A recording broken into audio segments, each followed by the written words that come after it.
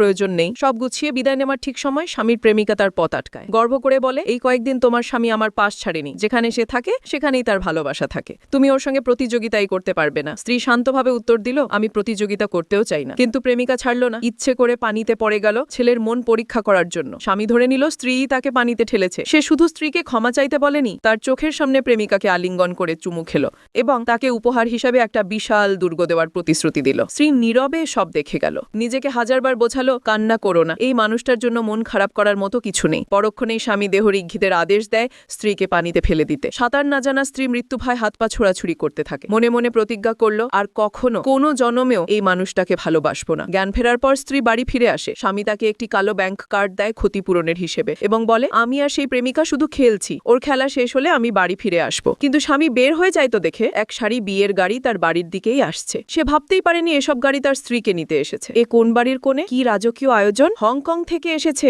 মেয়েটা নিশ্চয়ই বড় ঘরের। ঠিক সেই সময় সে হোয়াইট মুন স্টোরিতে দেখে হাফ পথে নাকি কোণের হাতে একগুচ্ছ ফুল চাই, তাই সে বিয়ের গাড়ির জানলা টোকা দেয় নতুন কোণের কাছ থেকে ফুল চাইতে। স্ত্রী অবাক, সে কিভাবে আমাকে দেখলো, কিন্তু সে ভেবে নেয় আজ কোনোভাবেই তার পরিকল্পনা নষ্ট হতে দেবে না। গাড়ির জানলা খুলে একগুচ্ছ ফুল দিতেই স্বামী অবাক।